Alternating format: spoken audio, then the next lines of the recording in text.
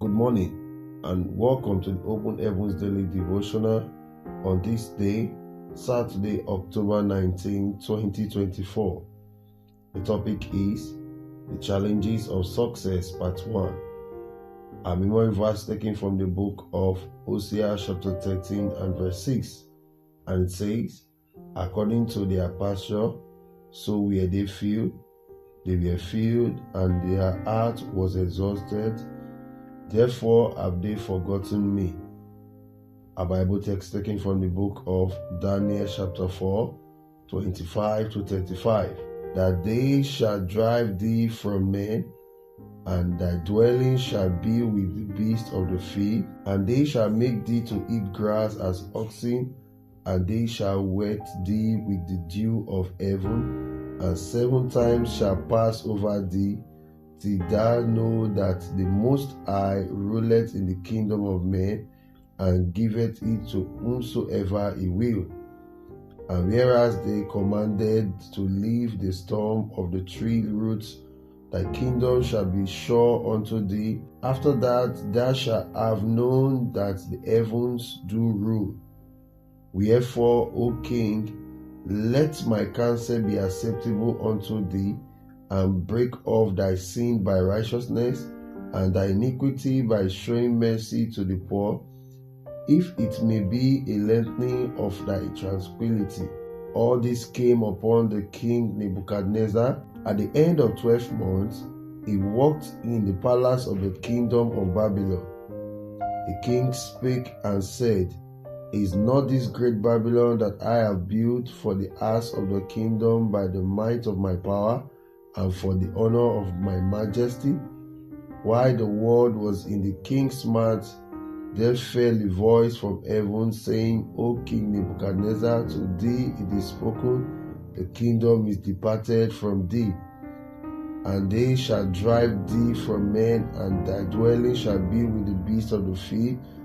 They shall make thee to eat grass as oxen, and 7 times shall pass over thee, until thou know that the Most High ruleth in the kingdom of men, and giveth it to whomsoever he will.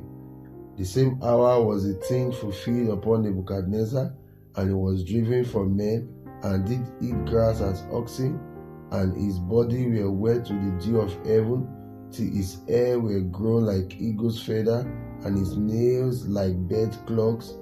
And at the end of the days, I, Nebuchadnezzar, lifted up my eyes unto heaven, and my understanding returned unto me, and I blessed the Most High, and I praised and honored him that liveth forever, whose dominion is an everlasting dominion, and his kingdom is from generation to generation. And all the inhabitants of the earth were reputed as nothing, and he doeth according to his will in the army of heaven, and among the inhabitants of the earth, and none can stay his hand, or say unto him, What doest thou? The message: many people pursue success, and that is good. However, being successful has its own challenges. Success has destroyed many people in the past because they were not prepared for the challenges that comes with it. Over the next few days, I will be sharing some of the challenges that comes with attaining success with you. I may not be able to share all of them with you in this series, but hope that what you learn will help you prepare for success, because you will be successful until the end in Jesus' name. The first challenge of success is pride. In Genesis 48, 1 to 20, the blessing of the firstborn was transferred to Ephraim by his grandfather, and as a result, he became greater than his elder brother Manasseh. Pride set in, and God kept pleading with him, but he wasn't listening. Then in Hosea 4:16 to 19, God said that Ephraim should be left alone. By the time we went to Hosea 5 verse 9, God said Ephraim shall be desolate. In Revelation 7, 5 to 8, when the various tribes of Israel were being sealed, Ephraim was no longer there.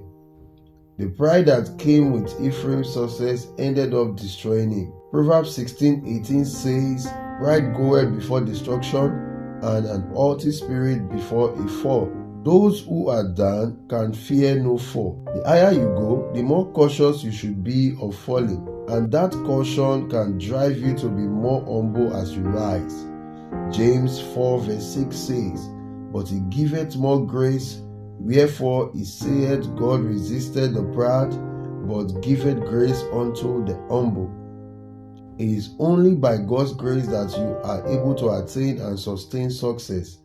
If you become proud, God will withdraw his grace, and the result of that will be disgrace. Don't let God resist you. Don't allow pride into your heart. Do everything to ensure that you don't think of yourself as more important than you really are. Don't look down on others, and don't see anything as being too low for you.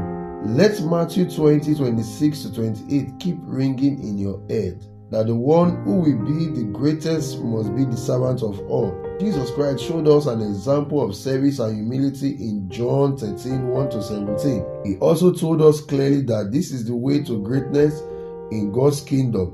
Beloved, seek to serve more than to be served, so that God will continue to lift you up. The key points: no matter how high God lifts you, don't allow pride into your heart. This open heaven is written by our Father in the Lord, the General Overseer of the Redeemed Christian Church of God, Pastor E.A Adeboye. God bless you.